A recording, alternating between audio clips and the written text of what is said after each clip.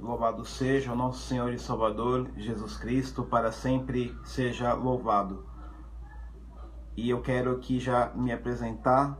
Eu me chamo Cristiano, faço parte do grupo Geração Dai-me Almas, da Paróquia de Cristo Ressuscitado.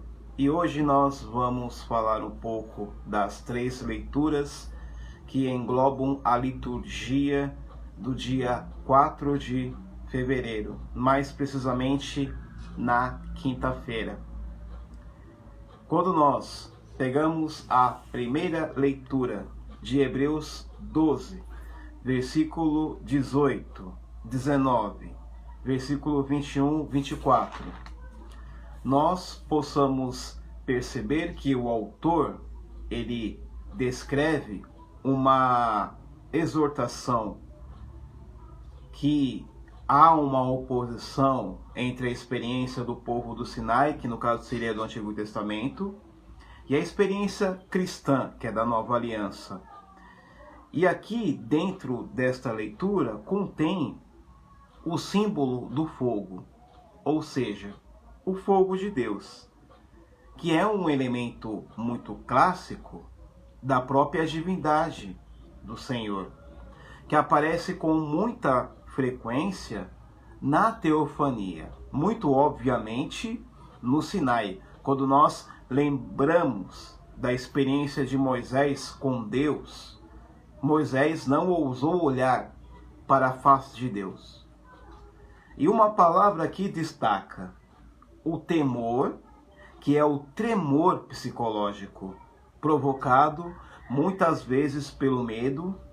E o que vinha a ser o tremor de terra?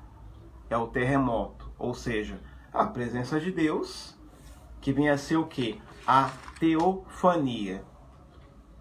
E quando nós abrimos a leitura do Salmo 47, versículo 10, vai falar ali de uma cidade que tinha uma manifestação da beleza, que além disso, medita e que descobre outras virtudes ali divinas.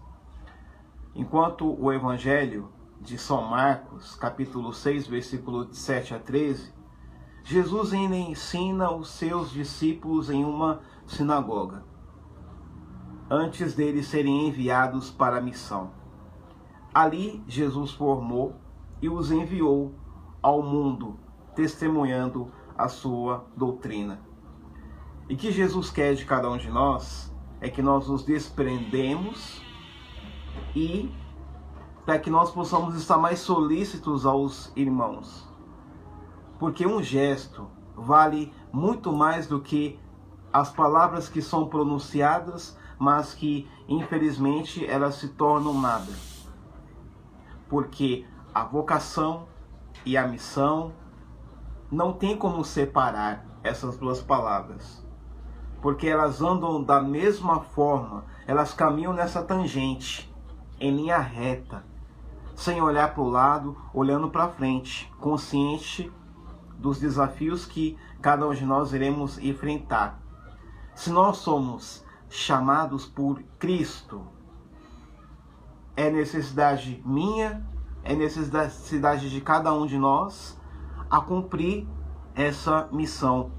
Como assim? Cumprindo a missão, ouvindo. O verdadeiro discípulo é aquele que ouve, é aquele que se atenta com aquilo que Deus o aconselha. E uma questão muito interessante também é a questão do ir em dois. O que vem a ser isso?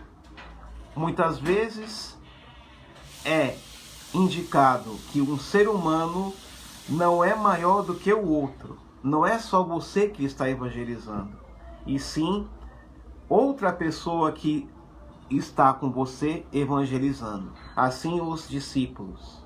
Os discípulos não são sozinhos, são juntos, levando a mesma palavra e o mesmo evangelho, com total eficácia e eficiência. Assim somos cada um de nós, irmãos e irmãs. Nós temos a eficiência de trazer e de mostrar o evangelho da graça, o evangelho da verdade, e o Evangelho da transformação. Fiquem na paz do Senhor Jesus e que Nossa Senhora interceda por cada um de nós neste dia. Paz e bem para vocês.